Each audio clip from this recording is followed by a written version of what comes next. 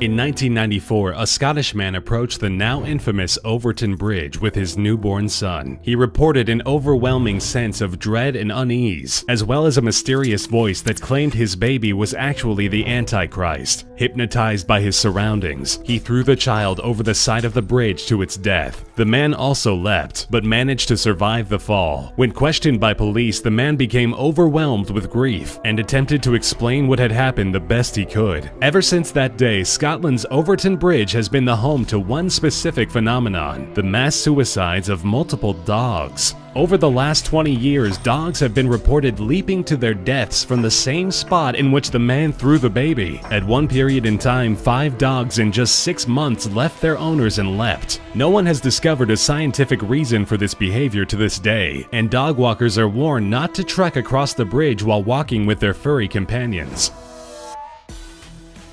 Rupkund, India is home to one of the strangest mysteries on the planet. In 1942, locals discovered a haunted secret in the depths of the frozen lake. Sitting in the crevice of a small valley, over 200 skeletons lie cradled at the bottom. A massive investigation took place, with the skeletons looking so clean and preserved that they were believed to have died recently. But further autopsy work discovered that they were in fact over 1,000 years old and had not died from warfare. The two most popular theories surrounding the case of death are the belief that the lake was a special location for mass suicide, or the idea that this was a small village of people who traveled to the lake for water and were killed by a hailstorm. The only specific feature unifying the skeletons besides their location was the slight fracturing of all of their skulls.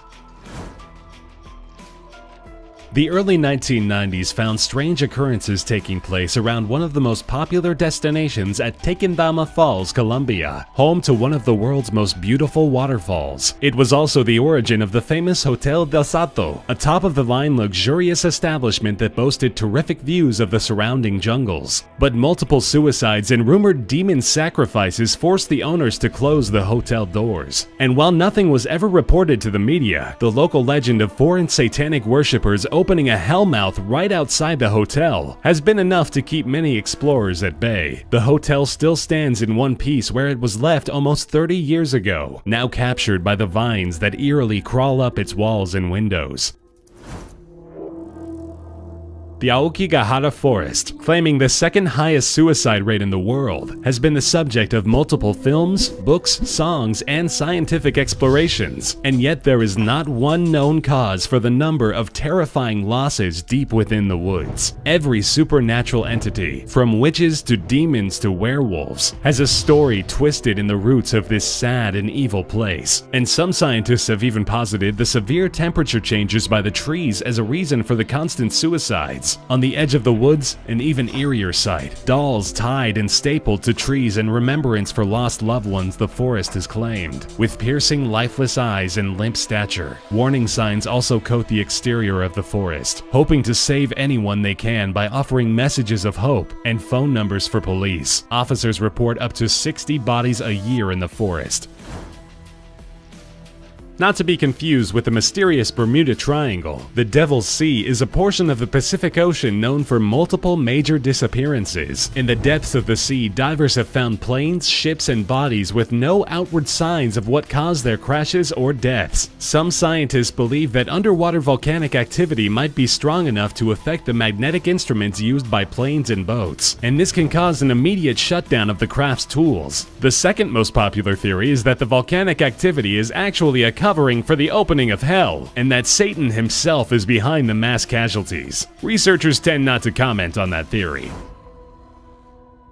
The Bigelow Ranch is known as one of the most famous U.S. locations of possible extraterrestrial activity in the entire world. Found in Utah, the ranch owned by Robert T. Bigelow has been the site for some of the most baffling and gruesome animal mutilations ever recorded. From dogs being zapped by laser beams to cows found with their skeletons ripped out but no blood loss. The ranch, sometimes dubbed the Skinwalker Ranch, could be a sign that if there is alien life out there, they are very hostile. Other reports of multiple flying machines and even doorways in the sky that led to nowhere have brought more fame to the ranch than Bigelow likely wants or expects.